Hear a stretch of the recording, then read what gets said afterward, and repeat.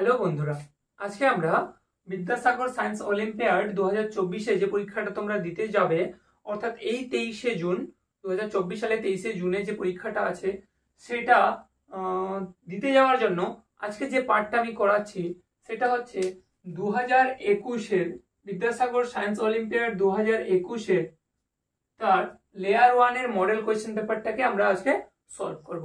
এই layer 1-এর model question পেপারে মূলত আমি এখানে ফিজিক্সের পোর্শনটাকে দেখাবো।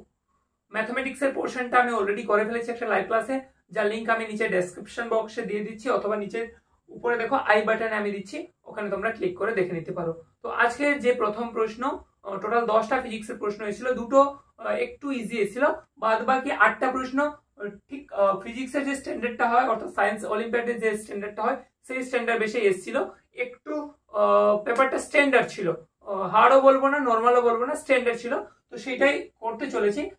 তোমরা শুরু করো। চ্যানেলে যদি কেউ নতুন হয়ে থাকো চ্যানেলটাকে লাইক করে নাও, শেয়ার করে নাও এবং সাবস্ক্রাইব করে নোটিফিকেশন বাটনটাকে অন করো, কারণ আমি যে ভিডিওগুলো করছি সাথে সাথে তোমার কাছে চলে আসবে। ঠিক আছে? তোমাদের অনেক রিকোয়েস্টের জন্য এই ভিডিওটা আজকে বানানো।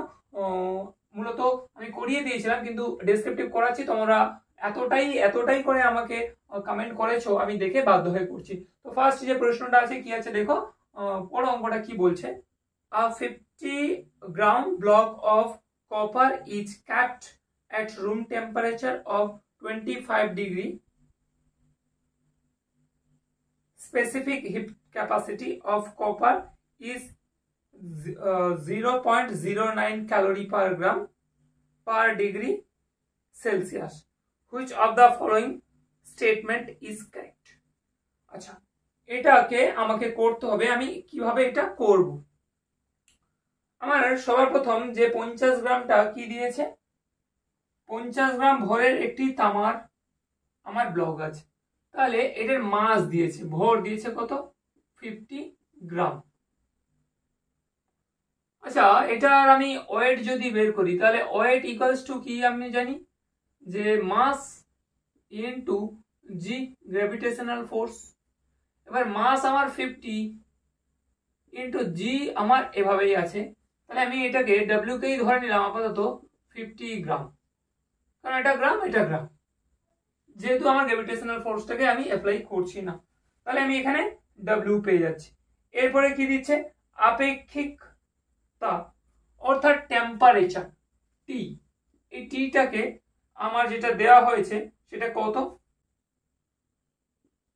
25 ডিগ্রি সেন্টিগ্রেড। এবং আমাকে যেটা জানতে চাইছে, তাহলে এই ক্ষেত্রে আমি কিউটাকে বের করতে পারবো। কিউ মানে কি, তাপ পরিবর্তন, যেটা আমার পরিবর্তন হয়, তাপ পরিবর্তনটা হচ্ছে আমার কিউ, ধরতে পারলে। তাহলে আমার মাস দেওয়া ছিল, আমি সেখান থেকে ওয়েট বের করলাম, টেম্পারেচার দেওয়া হয়েছে, আমাকে কিউটাকে বের করতে হবে। এবার কিউ মানে কি, তাপ পরিবর্তন মানে আমি কি লিখলাম, তাপ গ্রহণ বা বর্জন, এই জিনিসটা। এইবারে এই যে কিউ ইকুয়ালস টু আমরা জানি, কিউ ইকুয়ালস টু কি, কিউ সমান সমান হচ্ছে M into S into delta T. এবার এই ডেল্টা টি মানে কি, ডেল্টা টি মানে তাপ পরিবর্তন। এখানে তাপ পরিবর্তন মানে গ্রহণ বা বর্জন যেটা হচ্ছে, এখানে তাপ পরিবর্তন মানে, এখানে পরিবর্তন কথার অর্থ হচ্ছে হ্রাস বা বৃদ্ধি। তাহলে এখানে যে ডেটাগুলো আছে দেখো, এম আমি জানি কত, 50 গ্রাম, ইন্টু এস আমার দেওয়া আছে, আপেক্ষিক তাপ কত, 0.09 ক্যালোরি, ইন্টু এই টিটা, ডেল্টা টিটা, এখানে যে আমি টিটা রেখেছি এটাকে ডেল্টা টি ধরে নিলাম, এটা হচ্ছে 25 ডিগ্রি সেন্টিগ্রেড। তাহলে এটাকে আমি যদি এবার সলভ করি, সবার প্রথম 50-এর সাথে এটা যদি 9 গুণ করি, 9 5 45, দুটো শূন্য, 4.5 ইন্টু 25। এবার 25টা ক্যালোরি লেখো, কারণ তোমার আমার যে কোয়েশ্চেনটা আছে সেটা দেখো সিজিএস এ দেওয়া আছে, সিজিএস এ আছে। এবার এটাকে যদি আমি গুণ করি, 25 4 100, 5 5 125, তাহলে 1125, এটা হচ্ছে আমার ক্যালোরি। তাহলে আমার এই ক্ষেত্রে যেটা আসছে, আমার কি আসছে, আমি কার মান বের করলাম, কিউ এর মান। এবার কিউ এর মান যদি বের করি, আমার এটা যদি আসে, আমাকে জানতে চাইছিল কি, আমাকে জানতে চাইছিল নিচের কোন বিবৃতিটা সঠিক। এখানে বলছে তামার ব্লকটিতে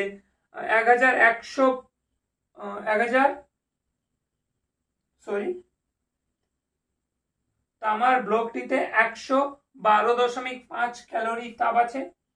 2 জানতে চাইছে, বি বলছে তামার ব্লকটি থেকে তাপ বেরিয়ে বাইরে পরিমণ্ডলে আছে।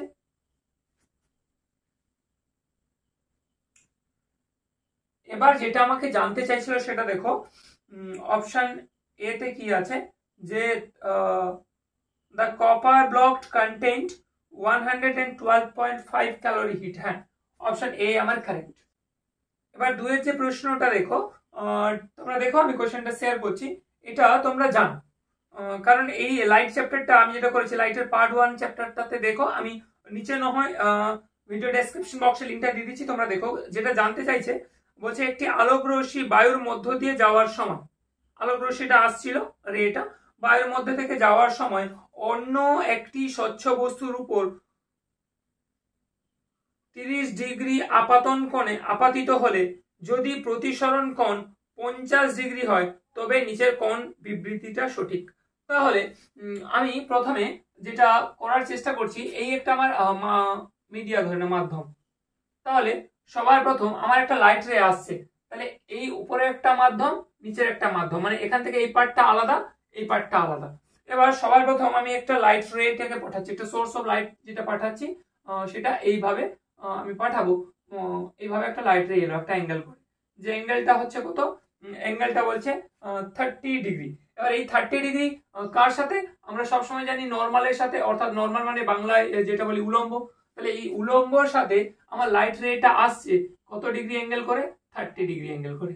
বেশ, এইবার এই লাইট রেটা আমার এইভাবে বেরিয়ে যাওয়ার কথা ছিল, এইভাবে বেরিয়ে চলে যাওয়ার কথা ছিল, যে ডিগ্রিতে আসছিল সেই একইভাবে 30 ডিগ্রিতে বেরিয়ে যাওয়ার কথা ছিল, কিন্তু বলছে সেটা যখন প্রতিফলিত হচ্ছে, ঠিক আছে, প্রতিফলিত হচ্ছে, যখন আসছে এবং প্রতিফলিত হচ্ছে তখন সেটা ঠিক সোজা না গিয়ে একটু বেঁকে যাচ্ছে, এভাবে হচ্ছে, তখন এই কোণটার মান কত হয়ে যাচ্ছে আমার 50 ডিগ্রি, এই কোণটার মান হয়ে যাচ্ছে আমার 50 ডিগ্রি। তাহলে নিচের কোন বক্তব্যটা সঠিক। এবার আমার লাইট রে এসছিল যেভাবে আমার যাওয়ার কথা ছিল, তো এইভাবেই বেরিয়ে যাওয়ার কথা ছিল, কিন্তু সে এভাবে না গিয়ে সে এখানে অ্যাঙ্গেলটা না করে এখানে গিয়ে একটা অ্যাঙ্গেল তৈরি করেছে। এবার কেন, ফার্স্ট যখন আসছিল সেটা হচ্ছে আমার কি, এটা ছিল বাতাসের মাধ্যমে, বাতাস, অর্থাৎ আমি এটাকে এ মাধ্যম ধরলাম। এবার বি মাধ্যমটা দেখছি, সেটা দেখো আমি তোমাদের বারবার করে বলেছিলাম যে একটা লাইট রে যখন আমার আসছে, অর্থাৎ রিফ্র্যাকশন অফ দ্য লাইট, সেক্ষেত্রে আমরা বারবার দেখেছি লাইট রেটা যখন আমার আসছিল যে অ্যাঙ্গেল থেকে তৈরি করে সে যখন ভেদ করে চলে যাচ্ছে অন্য একটা মাধ্যমকে, সেখানে সেই লাইটটা যদি অবিলম্বের কাছাকাছি আসে তাহলে বুঝতে হবে দ্বিতীয় মাধ্যমটার ঘনত্ব বা ডেনসিটিটা বেশি, বা ডেন্সার মাধ্যম রেয়ার মাধ্যমের থেকে। কিন্তু এক্ষেত্রে আমি দেখছি উল্টোটা, কি, অর্থাৎ আমার 30 ডিগ্রি অ্যাঙ্গেল করে আসছিল, সে এবার আমার উলম্বের কাছাকাছি না এসে উলম্ব থেকে দূরে চলে যাচ্ছে। তার মানে এটা আমার পরিষ্কার এই এ মাধ্যমের ঘনত্ব থেকে বি মাধ্যমের ঘনত্বটা কম। তাহলে এক্ষেত্রে এটা বি মাধ্যমটা হচ্ছে আমার রেয়ার আর এটা হচ্ছে ডেন্সার।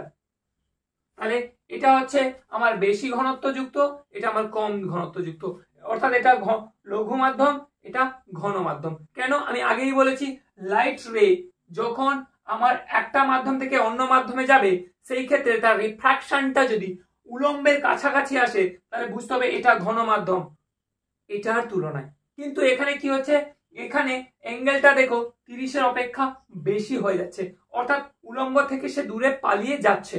তার মানে এটা হয়ে যাচ্ছে আমার এখানে কি লঘু মাধ্যম বা রেয়ার মিডিয়াম এটার তুলনায়। ক্লিয়ার হয়েছে? এবার আমাকে এটাকে করতে হবে, দুটো মিডিয়াম নিলাম। এবার আলোর যে রিফ্র্যাকশনটাকে আমরা বা প্রতিসরণ সেটাকে আমরা মিউ দিয়ে ডিনোট করি, এভাবে মিউ দিয়ে ডিনোট করি। এবার এই মিউ দুটো মাধ্যম হচ্ছে সেটা কি কি, আমি এটাকে লিখছি এইভাবে বি বাই এ, তোমরা ক্লাস 10-এ উঠলে এটা পড়বে। অর্থাৎ এইটার কথার অর্থ হচ্ছে এ মাধ্যম, এবার এটার মানে হচ্ছে এ মাধ্যমের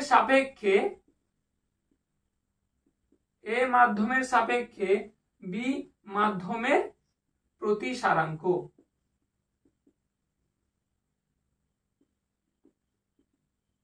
বুঝতে পেরেছো? এই কথাটার মানে দাঁড়াচ্ছে এ মাধ্যমের সাপেক্ষে বি মাধ্যমের প্রতিসারাঙ্ক।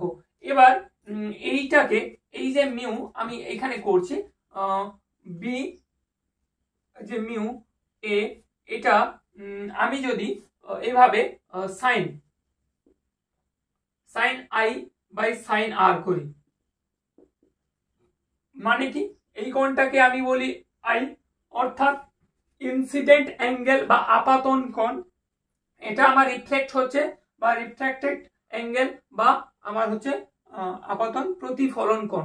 তাহলে এটাকে আমি আই দিয়ে ডিনোট করি এবং এটাকে আমি স্মল আর দিয়ে ডিনোট করি। এবার এই যে sine cos cosec sec tan cot, এটা ক্লাস 10 এ গেলে পারবে, এখন সূত্রটা আপাতত ধরে নাও sine I by sine R. এবার এর ভ্যালুটা পুট করো, আমার সাইন আই ভ্যালু কত হচ্ছে আমার 30 ডিগ্রি, এই যে এখানে আছে, এবং সাইন আর এর ভ্যালু কত 50 ডিগ্রি। এবার দেখো বেসিক্যালি তুমি দেখতে পাচ্ছ উপরে যেটা আছে সাইন 30 থেকে সাইন 50টা বেশি। এবার আমরা ভগ্নাংশ কি জানি যে উপরে যদি ছোট হয় নিচে যদি বড় হয়, এইটা সব সময় লেস দেন 1 হয়, অর্থাৎ 1 এর থেকে কম হয়। তুমি দেখে নেবে উপরে 5 যদি থাকে নিচে যদি 4 থাকে তাহলে 4 একে 4 এক তুমি পাচ্ছ, তারপরে আরো রিমাইন্ডার আছে। কিন্তু উপরে আমার আছে 4 নিচে আছে 5, 5 দিয়ে যখন ভাগ করবে তাহলে একের থেকে কম চলে আসছে, অর্থাৎ পয়েন্টে চলে আসছে, তার মানে এটা হচ্ছে আমার লেস দেন 1। এবার তুমি বলতে পারো যে স্যার আমি এটা কি করে বুঝবো যে সাইন 30 মান সাইন 50 মান তো আমি জানি না, এটা পুট করে তো আগে আমাকে বসাতে হবে।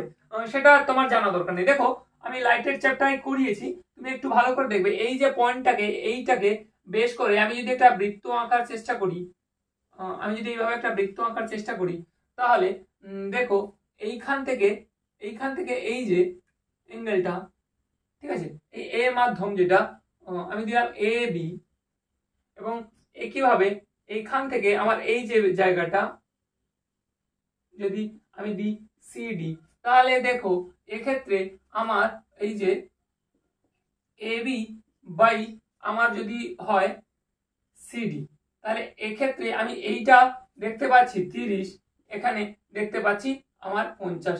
তাহলে আমি যদি সায়েন্সের কনসেপ্টটা নাও জানি, সাইন কোসেকের কনসেপ্টটা না জানি, তোমাদের ক্লাস 8 এ কিন্তু এই কনসেপ্টটা আছে, তাহলে এটা মানো একই দাঁড়াচ্ছে। তার মানে আমি পরিষ্কার দেখতে পাচ্ছি যে এটা আমার এই যে লঘু মাধ্যম, সরি এটা আমার বাতাসটা এখন আমার ঘন মাধ্যম, বাতাসটা খালি থাকলেও এর মধ্যে কিছু আছে, বাতাসে তাও তো গ্যাস কিছু আছে, কিন্তু এটা একদম শূন্য মাধ্যম।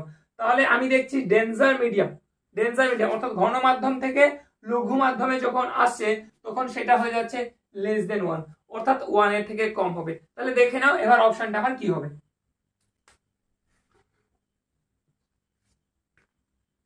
এখানে কি কি দিয়েছে, প্রথম দিয়েছে বায়ুর সাপেক্ষে অন্য স্বচ্ছ মাধ্যমটির প্রতিসারাঙ্কের মান একের চেয়ে বেশি। বায়ুর মাধ্যম সাপেক্ষে অন্য স্বচ্ছ মাধ্যমটা একের থেকে বেশি না, এটা একের থেকে বেশি না, এটা একের থেকে কম। তাহলে প্রথম অপশন আমার ভুল হয়ে গেল।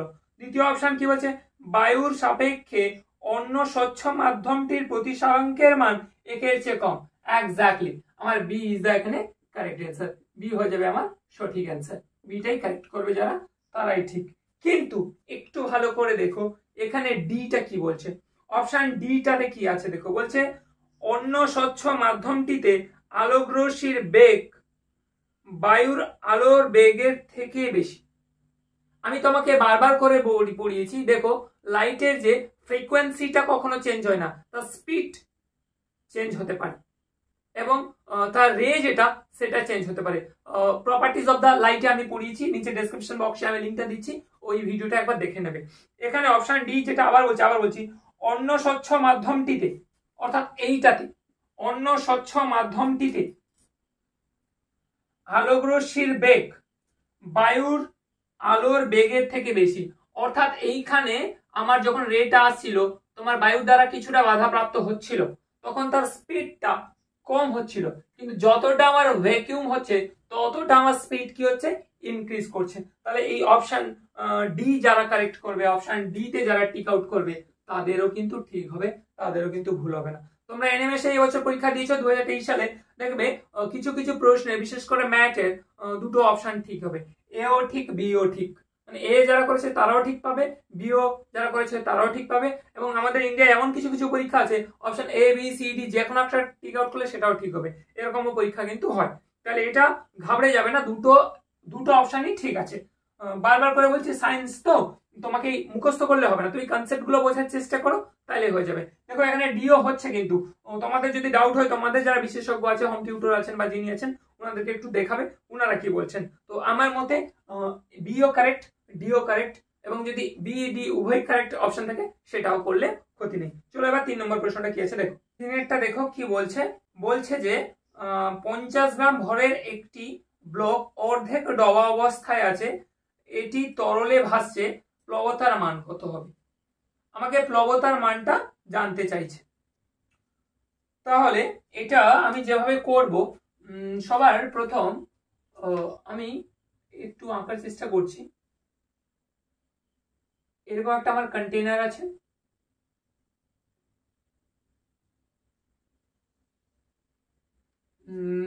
এই কন্টেনারে এতটা আমার জল আছে। এবার বলছে 50 গ্রামের একটি জল অর্ধ ডোবা অবস্থায় তোমার ভাসছে। তাহলে এই একটা ব্লক, এই একটা আমার ব্লক আছে যেটা জলে আমার কি এতটা তো আমার ডুবে গেছে আর অর্ধেকটা ভাসছে। তাহলে এই ক্ষেত্রে প্লবতার মান কত হবে?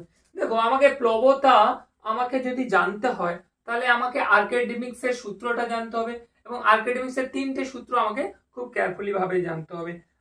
এটা বলে দিলে তো অপশনটা মুখস্থ হয়ে যাবে, কিন্তু না, আমি আর্কিমিডিস এর 3টে সূত্র তোমাকে একটু বোঝানোর চেষ্টা করছি। তুমি 3টে কন্টেনার নিয়ে নাও এবং 3টেতে মানে একই ধরনের লিকুইড এবং একই পরিমাণে লিকুইড তুমি নিয়ে নাও।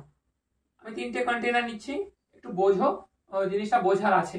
আমি জানি তোমরা সবাই জানো, কারণ যারা এখানে পরীক্ষা দিতে এসছো তারা সবাই ক্লাসের মোটামুটি 1 থেকে 5-এর মধ্যে, মানে সবাই ব্রেনি, সবাই ভালো, তাও একটু কনসেপ্টটা ক্লিয়ার করে নাও। দেখো কন্টেনারটা বড় ছোট হয়ে গেছে, এটা আমার আঁকার জন্য, তোমরা আপাতত ধরো 3টে একই কন্টেনার। এবার এই কন্টেনারে একই পরিমাণ লিকুইড দিয়ে দাও, সব জায়গায় একই পরিমাণে লিকুইড দিয়ে দিলাম। এবার একই পরিমাণ লিকুইড দিলাম, প্রথম আমি আঁকার চেষ্টা করলাম। ফার্স্ট একটা ব্লক আমি জলে ছেড়ে দিলাম, এই ব্লকটা জলে পুরোপুরি ভাসছে। কেন পুরোপুরি ভাসছে? এই ব্লকটার যে ওয়েটটা আমাকে দিচ্ছে, যে ওয়েটটা দিচ্ছে তার থেকে যেটা আমার বয়েন্টটা হচ্ছে, অর্থাৎ যে প্লবতাটা দিচ্ছে, যে ফোর্সটা অ্যাপ্লাই করছে, সেক্ষেত্রে আমার বেশি হয়ে যাচ্ছে। অর্থাৎ এক্ষেত্রে আমার force greater than is weight, অর্থাৎ এই ব্লকটা তরলকে যতটা পরিমাণ ভর অ্যাপ্লাই করেছে, তরল ঠিক তার থেকে বেশি আমার একটা কি প্লবতা প্রেসার দিচ্ছে। আবার এই ক্ষেত্রে আমি দেখছি যে আমার ব্লকটা ডোবা অবস্থায় ভাসছে, অর্থাৎ আমার এই যে ব্লকটা এটা আমার কিন্তু ডুবে গেছে, কিন্তু পুরোপুরি ডুবেনি, অর্থাৎ ও জলের মধ্যে ভাসছে।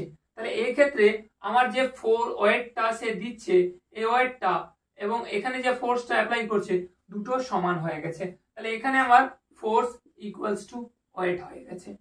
আবার এই ক্ষেত্রে আমি দেখছি এই ব্লকটা সম্পূর্ণ মাটিতে ডুবে গেছে, ব্লকটা কি হচ্ছে সম্পূর্ণ জলে ডুবে গেছে। তাহলে এই ক্ষেত্রে আমার যে ওয়েটটা দিয়েছিল সেটা ফোর্সের তুলনায় বহুগুণ বেশি। তাহলে এখানে আমার ফোর্সটা লেস দেন কি হয়ে যাচ্ছে ওয়েট, অর্থাৎ ওয়েটের থেকে আমার ফোর্সটা অনেক কম, অর্থাৎ ওয়েটটা অনেক অনেক হিউজ বেশি। এবার কি বলছে দেখো, এবার আমার প্রশ্নের যে ছবিটা, এই 3টে ছবিতে মিলছে না। আমার এটা হচ্ছে আর্কিমিডিসের প্রথম সূত্র, এটা দ্বিতীয় সূত্র, এটা আমার তৃতীয় সূত্র, কিন্তু এই 3টে সূত্রের মধ্যে এর তো কোনো মিল পাচ্ছি না। তাহলে এই ক্ষেত্রে আমার এইটা মোটামুটি আসছে যে F ইকুয়ালস টু আমার W। তাহলে জলে কি হতো, জলে ডুবে ভাসতো, কিন্তু জলে অর্ধেক ডুবেছে অর্ধেক ভাসছে, তার মানে এটা হাফ হয়ে গেছে, 2 দিয়ে আমাকে ভাগ করে দিতে হবে। তাহলে এই যে আমার ফোর্সটা প্লবতাটা, তাহলে কত হবে, এই ওয়েটটা কত 50, তাকে হাফটা আমি প্রয়োগ করতে পারছি, বাদ বাকি পারছি না, তাহলে এটা কত আসছে 25। তাহলে আমার প্লবতার মান কত হবে সেটা আমাকে জানতে হবে। 25 তো এখানে নেই, কিন্তু কি হবে সেটা দেখো, স্টেটমেন্টটা পড়ে বুঝতে হবে। বলছে 50 গ্রাম ওয়েটের থেকে বেশি। আমার প্লবতার মান যদি 50 গ্রাম ওয়েটের থেকে বেশি, তাহলে সম্পূর্ণ ভাসতো, একেবারে ডুবতো না। সেকেন্ড বলছে 50 গ্রাম ওয়েটের থেকে কম, এক্স্যাক্টলি, অর্থাৎ 50 গ্রাম ওয়েটের যদি সমান হয়ে যেত তাহলে তো অর্ধ ডোবা অবস্থায় ভাসতো, কিন্তু তার থেকে কম, তাহলে কম মানে কত, 25, তাহলে অপশন বি হয়ে যাবে আমার এখানে correct. Option B is the correct answer. আচ্ছা, অপশন সিটা দেখে নি কি বলছে, 50 গ্রাম ওয়েটের সমান, না সমান হলে আমার কি হতো, এইটা হতো, কিন্তু এই অবস্থা তো নেই। এবং ডি বলছে 0, না 0 কখনোই হবে না। ঠিক আছে, তাহলে এইভাবে আমি বারবার করে বলছি, ফিজিক্সটাকে বুঝতে হবে, কনসেপচুয়ালি বুঝতে হবে, বুঝলেই হবে। ঠিক আছে, না বুঝলে কিন্তু সমস্যা আছে। মুখস্থ করে ফিজিক্স করা যাবে না, কারণ মনে রাখবে সায়েন্স অলিম্পিয়াড, এই প্রশ্নগুলো ওই জন্য এভাবেই আসবে তোমাদের। নেক্সট 4 নম্বরটা দেখো কি প্রশ্ন আছে, দেখো খুবই মজার একটা প্রশ্ন। দেখো 4এরটা কি বলছে, বলছে যে টেবিলের উপর রাখা একটি কাঠের ব্লককে তুমি 10 নিউটন অনুভূমিক বল দিলে, অনুভূমিক বল দিলে, আচ্ছা, অর্থাৎ হরাইজন্টাল ফোর্স অ্যাপ্লাই করলে 10 নিউটন, কিন্তু ব্লকটি নড়ছে না। এক্ষেত্রে ব্লকটির উপর ক্রিয়াশীল ঘর্ষণ বলের মান, অর্থাৎ ফ্রিকশনের মান জানতে চাইছে। তাহলে বেশ, এটা খুব সোজাভাবে করা যায়। দেখো,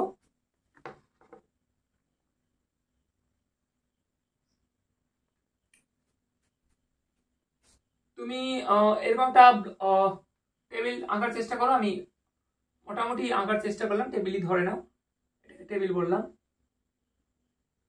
এবার এর উপর একটা আমার কাঠের ব্লক আছে, এই কাঠের একটা আমার ব্লক আছে এর উপর, ঠিক আছে, এর উপর আমার একটা কাঠের ব্লক আছে। এইবার এই কাঠের ব্লককে তুমি কি করছো, একটা 10 নিউটন ফোর্স অ্যাপ্লাই করছো, একটা ফোর্স অ্যাপ্লাই করছো, যেটার মান হচ্ছে 10 নিউটন, যেটা কি হচ্ছে হরাইজন্টাল, অর্থাৎ অনুভূমিক,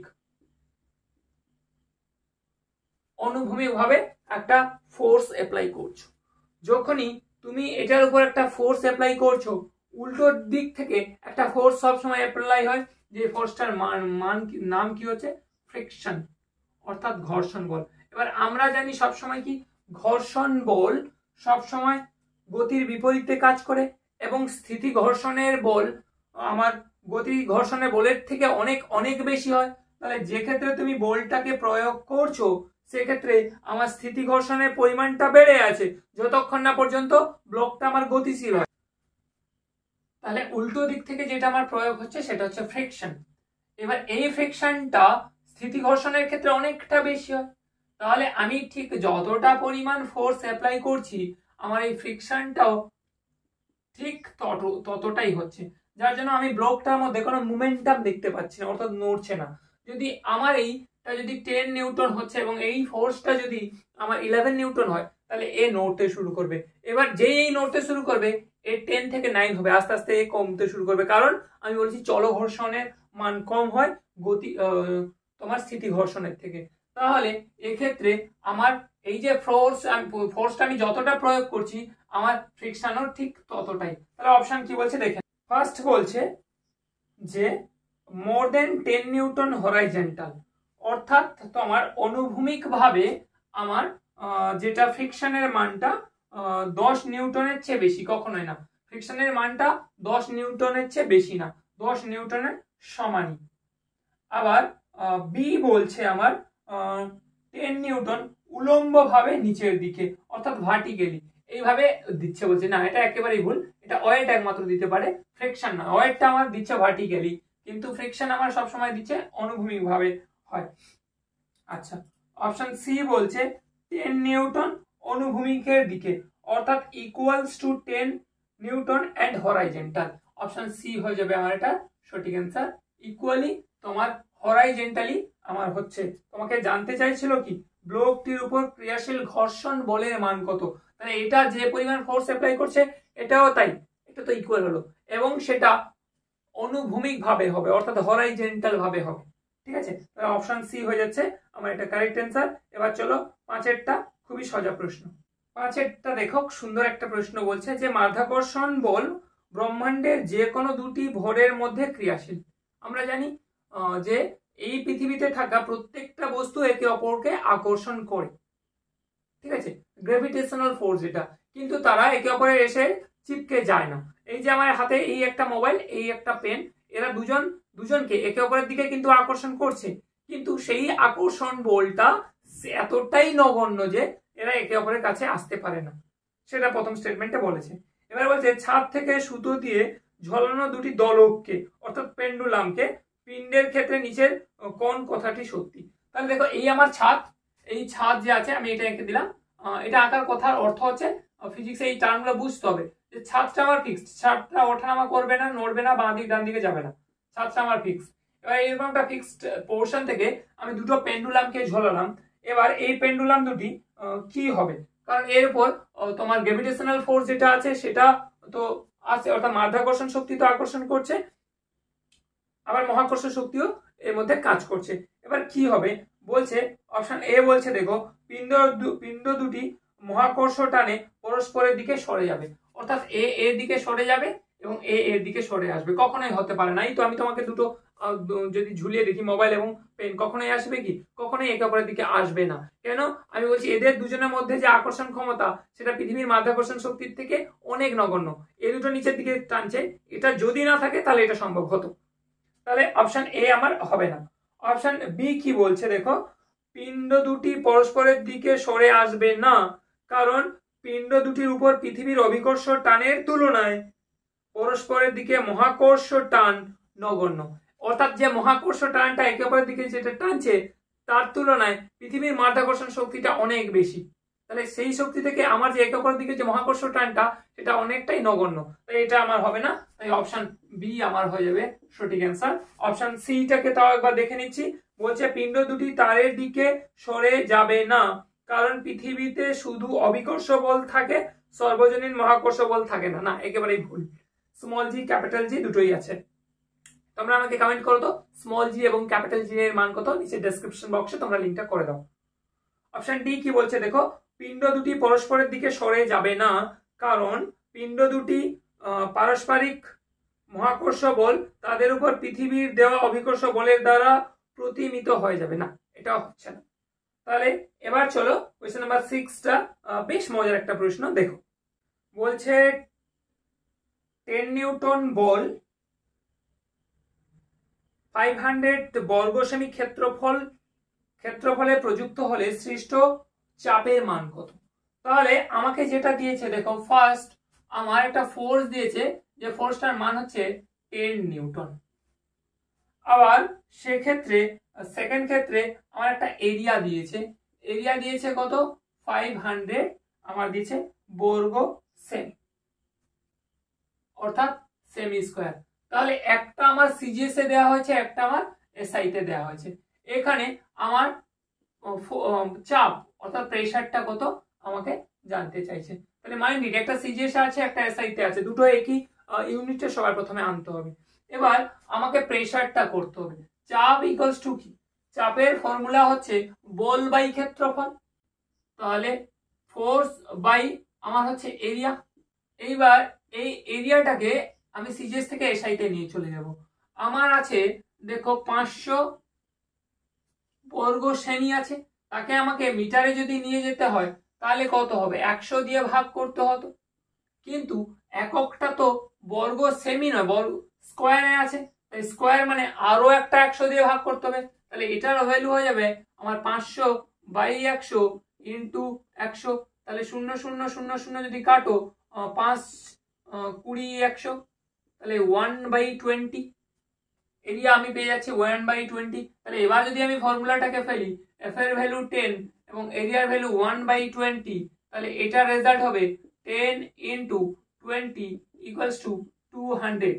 তাহলে এই 200টা আমার যেটা চলে আসবে সেটা আসবে নিউটন পার মিটার স্কোয়ার, যেটাকে আমি পাস্কেল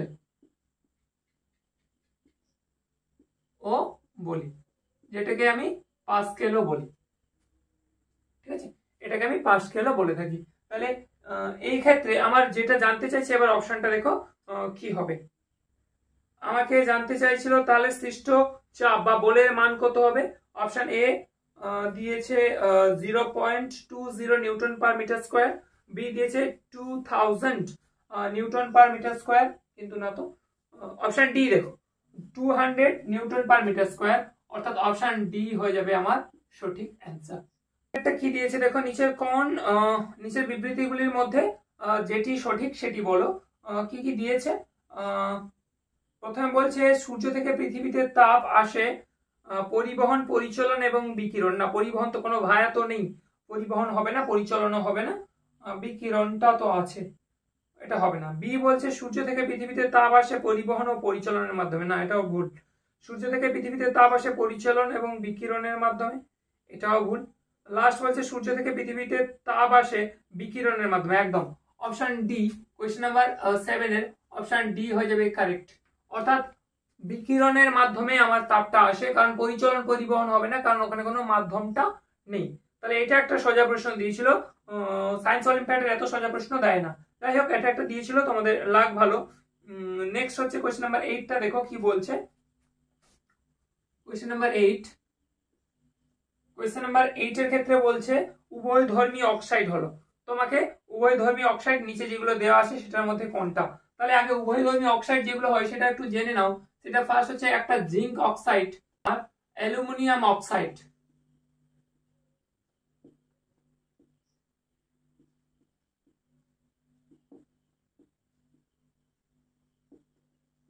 বানানটা বোধহয় একটু ভুল লিখলাম, এটা হচ্ছে Al2O3।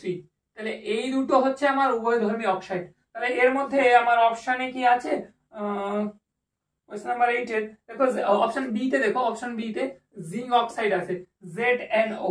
তাহলে জিঙ্ক অক্সাইড আমার সঠিক হয়ে যাবে।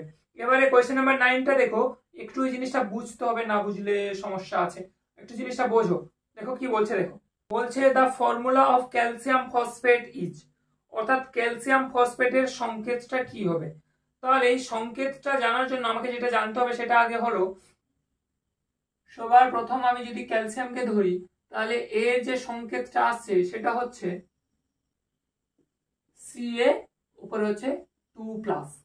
এই সংকেতটা কি হচ্ছে Ca উপরে 2+, অর্থাৎ 2+ মানে এর যে চার্জ বা যোজ্যতা হচ্ছে আমার কত, 2। আবার আর আমি ফসফেটের ক্ষেত্রে যদি দেখি, এটা হচ্ছে PO4 হচ্ছে আমার 3-। তাহলে এর আমার চার্জ যদি দেখি, এর চার্জ আমার কত হবে, এর চার্জ হবে আমার -3, অর্থাৎ নেগেটিভ চার্জ।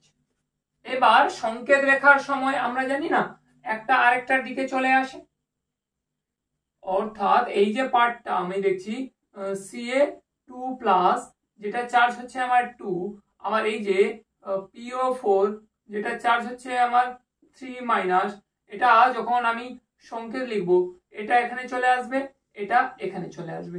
তাহলে আমার যদি ফর্মুলাটা আমি তৈরি করি ক্যালসিয়াম ফসফেট, তাহলে এই চার্জটাকে না লিখে যদি আমি এটা লিখি, তাহলে ক্যালসিয়ামের Cal, তাহলে এইটা উপরে চলে আসবে 3। আবার ফসফেটের ক্ষেত্রে আমার হবে ব্র্যাকেট দিয়ে PO4, তাহলে এটা আমার চলে আসবে, বাইরে চলে আসবে 2। তাহলে এটা আমার কি হয়ে যাবে, এটাই আমার হয়ে যাবে কি অপশন, বা এটা কি আছে,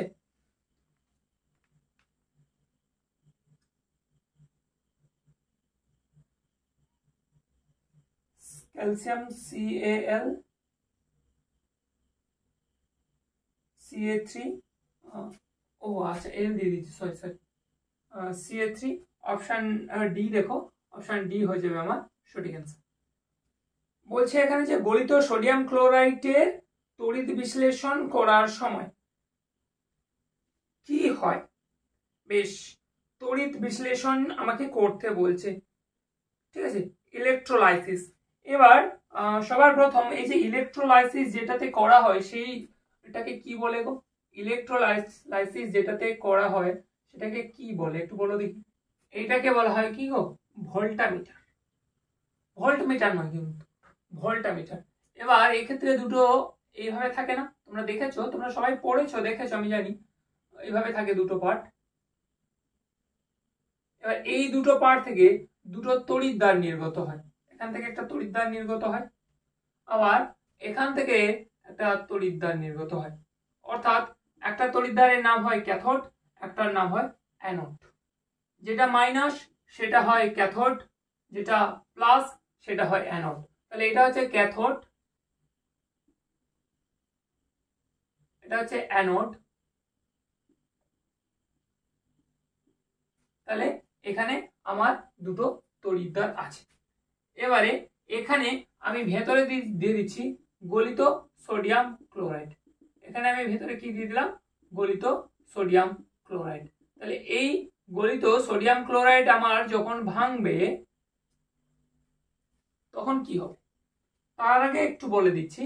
এই যে গলিত সোডিয়াম ক্লোরাইড লিখে দিচ্ছি, সোডিয়াম ক্লোরাইড এর টেম্পারেচারটা কত? 801 ডিগ্রি সেন্টিগ্রেড। এবার এটা গলিত অবস্থায় আছে। এবারে এক্ষেত্রে ভোল্টামিটারে কি হবে দেখো। এবার সোডিয়াম ক্লোরাইড গলিত হচ্ছে যখন আমার দুটো পার্টে ভাঙছে,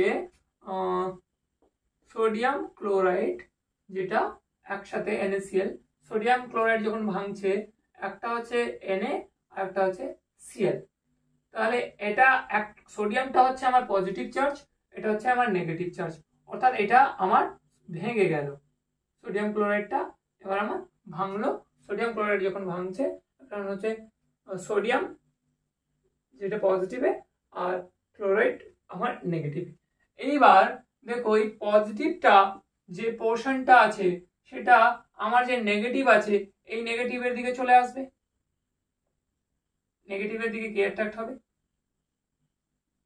আবার এখানে যে নেগেটিভটা আছে সেটা আমার কোথায় আসবে? এই নেগেটিভটা আমার এই পজিটিভের দিকে চলে আসবে, এভাবে আমার চলে আসবে।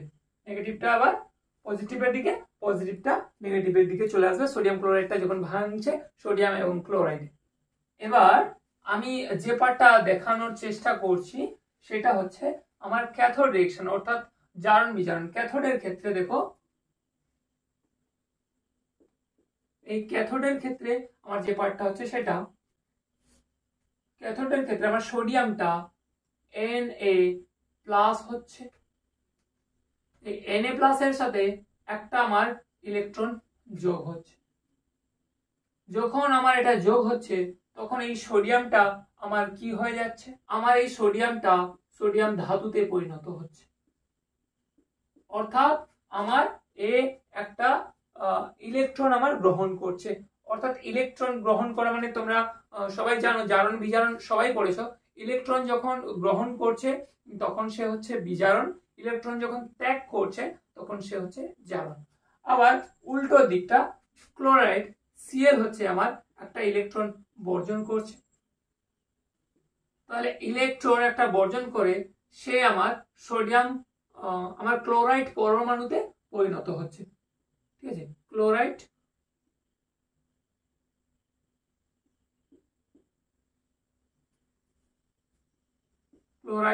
পরমাণুতে পরিণত হচ্ছে। আবার দুটো আমার ক্লোরাইড, এই দুটো আমার যখন যোগ হচ্ছে তখন আমার ক্লোরাইড গ্যাস নির্গত হচ্ছে। তাহলে এই তিনটে পার্ট আমি দেখতে পাচ্ছি যখন আমার এটা ভাঙছে, সোডিয়াম ক্লোরাইডটা যখন ভাঙছে। তাহলে এই যদি আমার ঘটনা হয় তাহলে এবার অপশনটাকে টেস্ট করি। অপশনে কি বলছে একটু দেখো। অপশন যেটা বলছে ক্যাথোড ধনাত্মক ও এখানে বিজারণ ঘটছে, অর্থাৎ ক্যাথোড এই যে রেট আমার ক্যাথোড রে ধনাত্মক না, কি করে ধনাত্মক? এ নেগেটিভ তো ছিল তাই এর দিকে পজিটিভ গুলো আছে এবং তাই এখানে বিজারণ ঘটছে না। বিজারণ কেন ঘটবে? এটা হবে না, অপশনটা ভুল হলো, প্রথম স্টেটমেন্টটাই ভুল। সেকেন্ড বি বলছে যে ক্যাথোড ঋণাত্মক, হ্যাঁ, এবং এখানে বিজারণ ঘটছে, হ্যাঁ একদম, কারণ এই ইলেকট্রনটা গ্রহণ করেছিল, এই নেগেটিভ ছিল এবং প্লাস ইলেকট্রনটা গ্রহণ করেছিল। তাহলে অপশন বি হয়ে যাচ্ছে আমার প্রশ্ন মতো ঠিক। তাহলে দেখো এইভাবে আমরা এই পার্টটাকে কমপ্লিট করলাম। পরের একটা ভিডিওতে দেখছি এর বায়োলজি পার্টটাকে যদি ডেসক্রিপটিভ বেসে করানো যায় তাহলে করাবো। তোমরা একটু কমেন্ট করো কেমন ছিল এইভাবে করানোটা, ক্লিয়ার কিনা বলো, কোথাও কোনো ডাউট হলে জানাও। পরের ভিডিওতে তোমাদের সাথে আবার মিট করছি। তোমরা ততক্ষণ ভালো থেকো, মন দিয়ে পড়াশোনা করো। টাটা, বাই, জয় হিন্দ, বন্দে মাতরম।